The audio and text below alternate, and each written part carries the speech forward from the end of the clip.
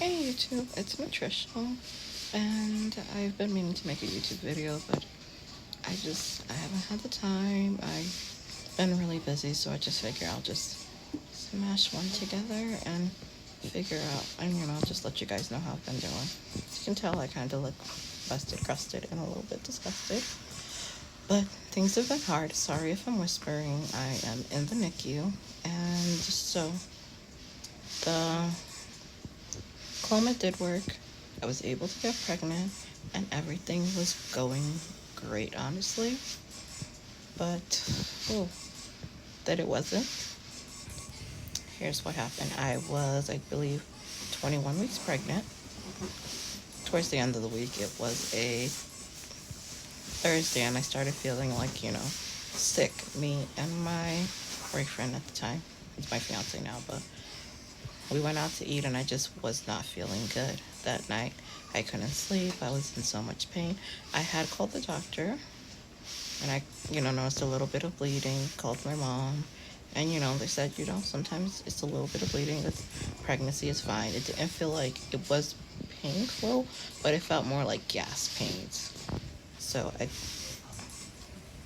by the time the day came, I was tired, and I was advised to go to the hospital that day, but I ended up, finally falling asleep. So I did on the Friday. That night, I thought the bleeding had stopped, but when I got up, I noticed there was still bleeding. And I called one of my friends, and she was just like, Trish, just go to the emergency room, just go. We had actually ordered McDonald's and stuff like that, and it came, we put it in the fridge. We thought we'd be back, thought it might have just been all in my head or whatever.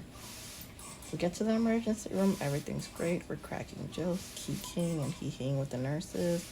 I was wearing a pad because I was kind of bleeding a little bit more than,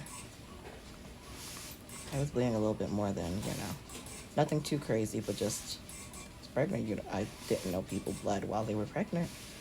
So the doctor had come in. Sorry for the dinging. I'm in the NICU right now. This is where I spend most of my day. The doctor had come in, and he, had checked, and checked my hoo-ha, and he was just like, you are 4 centimeters dilated, you have bulging membranes, and I was just like, what? So they kind of like angled the bed at an angle like this, where my head was laying this way and my legs were kind of up, just to help gravity to kind of keep the baby from descending, I guess. So he looked at me and was just like, do you guys want to try to save this baby? And I was just like, yes, we do. Next thing I know, we're setting up for me to be flown to one of the major cities in my state to go to the hospital there. I got airlifted to the hospital, took an ambulance. The ambulance took me to the hospital in Sioux Falls. I mean, I don't know if I'm supposed to tell you which hospital, but yeah. And when we got there, I was, I met with the doctors, and they kind of told me what was going on. I had incompetent cervix. I was 4 centimeters dilated, bulging membranes, and I was just bleeding. It was honestly so terrifying, guys. Like, probably one of the worst experiences in my life. The staff and the doctors, they were all so kind and also wonderful. It's a really long story, and I'm going to try to, make it as compressed as possible. So I stayed in the hospital, like, after, I'm gonna say, 3 to 4 days in the hospital. I was on bed rest. I couldn't even get up to use the bathroom. I had a little potty near my bed that I would go to at the first hospital. And then they had decided they were going to try to do an emergency cerclage. First they said I was too far dilated to do it. But then what had they done? But then they had decided to, give it a try. It was a last just Hail Mary type of effort. Hey. So we went there. I got I think they call it an amniocentesis, where they kind of pull out some of the amniotic fluid to examine it and make sure there was no infection. And the doctor had told me if they did find infection in the amniotic fluid, they couldn't do the cerclage.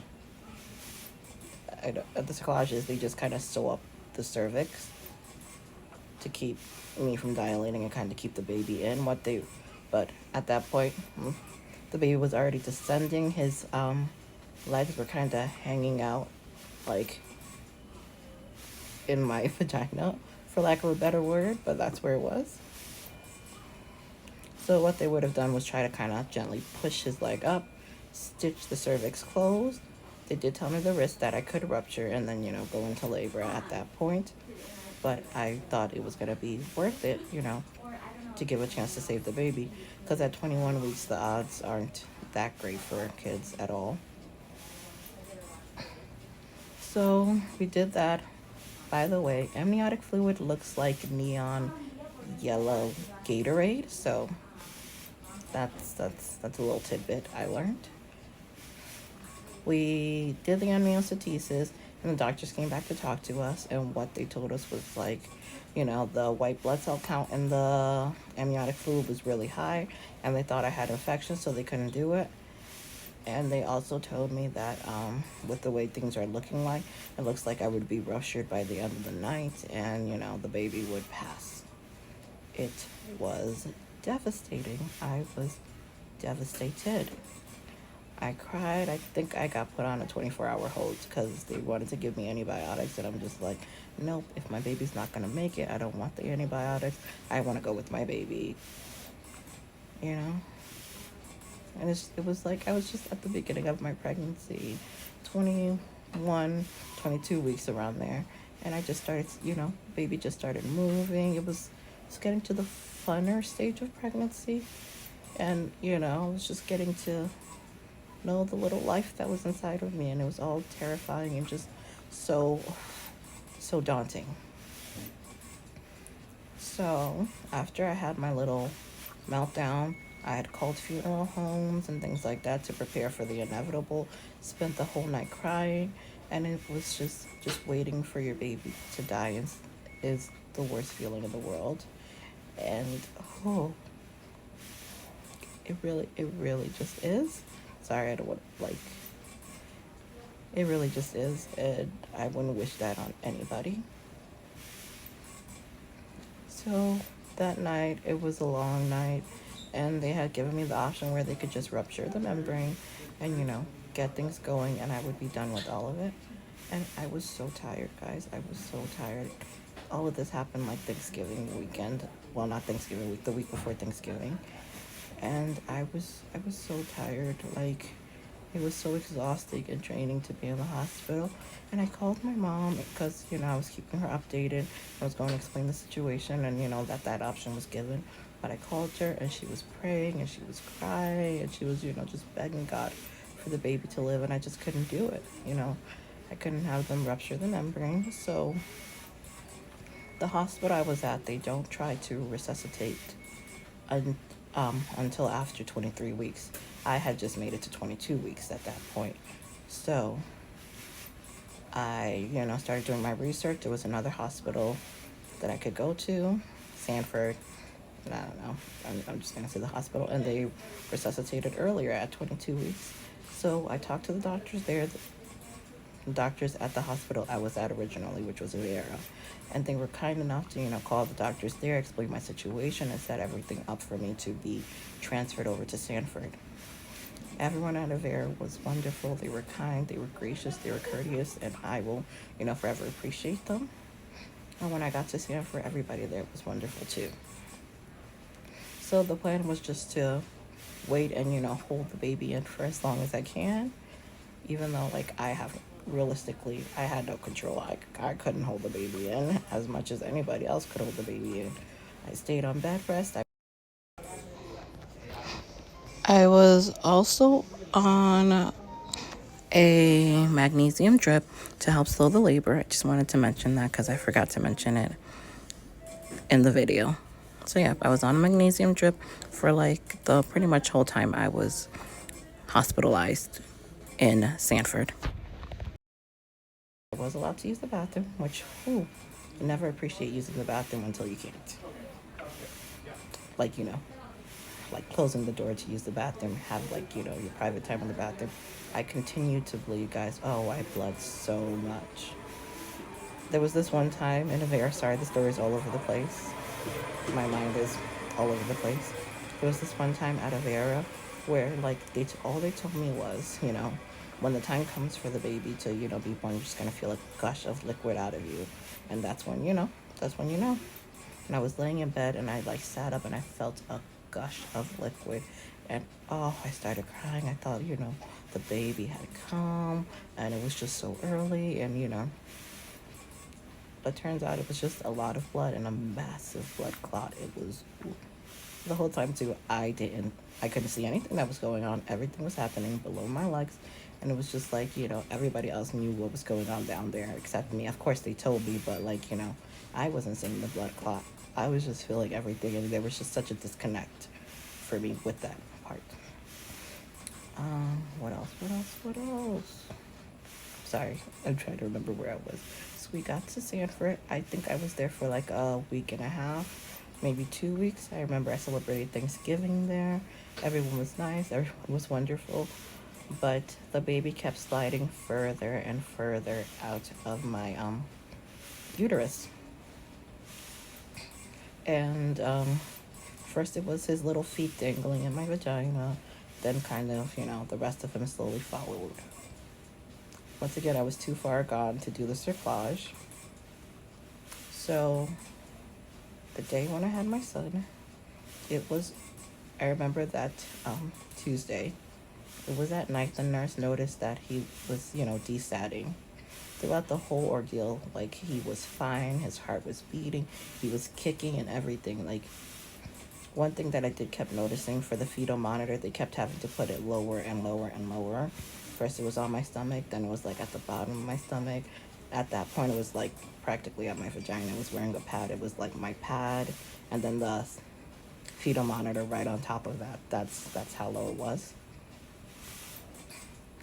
So they noticed his heart rate desatting, and she was keeping track of it. That morning, they called the doctor and the ultrasound tech in, and when they looked to see what was going on, his head was the only thing that was left in my cervix, and his head was the only thing that was left in my uterus. I'm sorry.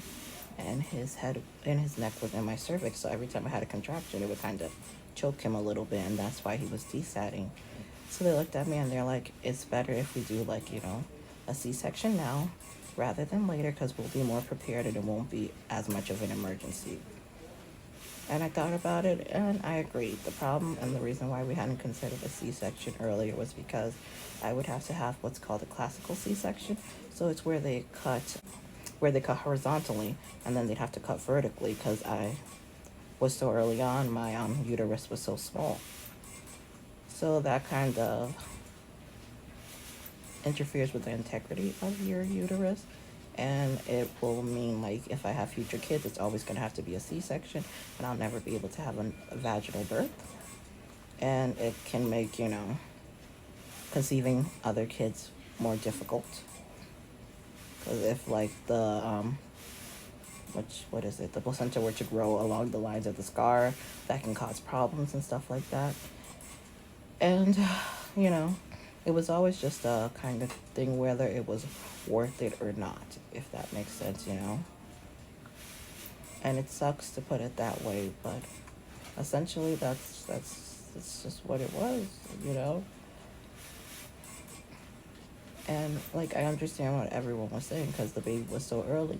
It's not if the baby was worth it. It was if, we do this and, we'll try to give the baby the best chance of living. But if the baby doesn't live, then, I'm left with this scar and, with these more complications to get pregnant in the future. And a doctor had said something to me, and I'm sure it came from a good place. And I didn't take it the wrong way, per se. But it was just like, this baby is going to, sacrifice is going to give your future children a gift. And the gift is knowing that I had incompetent cervix, and I'll be able to act ahead of time and, be prepared for it with my next pregnancy. But I didn't feel like that was a sacrifice that I wanted this baby to make. you know? It just didn't feel right to me. But me and the father, me and DJ's father, Dylan, we also didn't want the baby to be born and then like if it only lives like a day or two, sorry, I'm shaking. It's really an emotional story for me. I'm trying to be as stable as possible with telling you. We didn't want if the baby to live if the baby lived a day or a couple of weeks. Its only moments in life is suffering and having a tube jammed down his throat and being in pain. We didn't want that. But towards the end, honestly, I just said, let's do it. Let's give the baby the best chance of survival because he was moving, he was kicking, like he was alive, you know? And I just kept thinking of that like TikTok thing where it's like, hi, mommy and daddy, I'm 1, 2, 3 centimeters big and blah, blah, blah, blah, blah, you know? And it's just like, I'm alive. And I was just, ooh, sorry. And I was just like, my baby's not dead, you know? This whole time, my baby is alive. My baby's alive. Oh, God, sorry, guys. It's it's a lot, and I'm trying to be best. And so we did it. We went. We had the C-section. Um, he was born at 12:30. I'll put some pictures in here.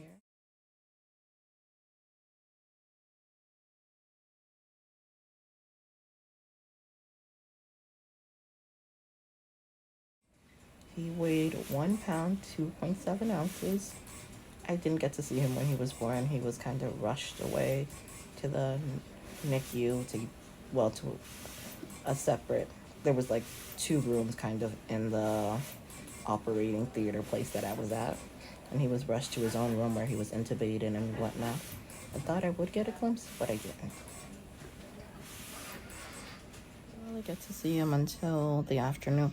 They had after the C-section, I had to wait and be monitored for like a hour or more. I don't really remember.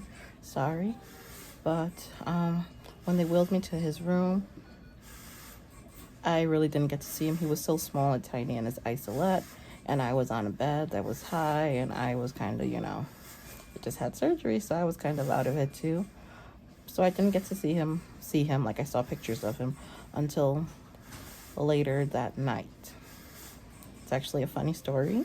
So I told the nurse that night I wanted to see the baby. She brought in a wheelchair. She thought that my boyfriend was gonna take me, but he was knocked out on the couch and I felt bad and didn't want to wake him.